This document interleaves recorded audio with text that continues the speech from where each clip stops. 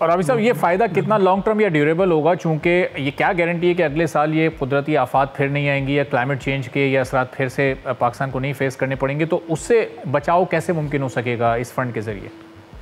देखिए, फ़िलहाल तो उस फंड का क्या कायम हो जाना ये बज़ाते खुद एक अच्छा डायरेक्शन में स्टेप है। उसके बाद मौजूदा सैलाब के विक्टिम्स उससे किस तरीके से फ़ायदा उठा सकते हैं, तो ये आने वाले सालों में किस तरीके से ये एक ड्यूरेबल सोल्यूशन बन सकता है। क्या फॉर एग्जांपल एग्रीकल्चर इंश्योरेंस जो है, वेदर बेस्ड इंश्योरेंस, वो इस फंड के परव्यू में आती है कि उससे प्रीमियम दे दिया जाए अगर किसी जगह का कोई टेम्परेचर या प्रेसिपिटेशन जो बारिश है वो एक ख़ास हद से ज़्यादा या एक ख़ास हद से कम हो जाए, तो क्या वहाँ पे कोई इंश्योरेंस कवरेज दिया जा सकता है और ये फ़ंड उसके प्रीमियम को कवर कर सकता है स्मॉल फार्मर्स के लिए।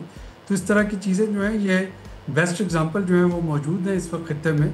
तो अब देखना ये होगा कि उन बेस्ट एग्जांपल्स के लिए इस फंड जो है उसको कैसे इस्तेमाल में लाया जा सकता है। सही। तो अभी साहब इसमें ज़्यादातर स्टेप्स हुए हैं जो किसी भी कुदरती आफत के बाद फिर वो उठाए जा सकते हैं। ये जो कुदरती आफत को रोकने, कम करने या महदूद करने का सिलसिला कोशिश है, इसमें कैसे कामयाबी मिल सकती है?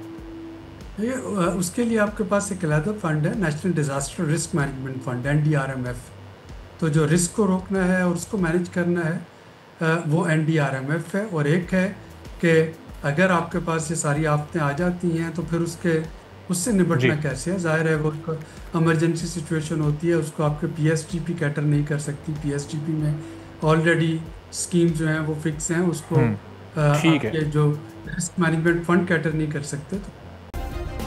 सब्सक्राइब करें और बेल दबाएं ताकि कोई खबर रह न जाए।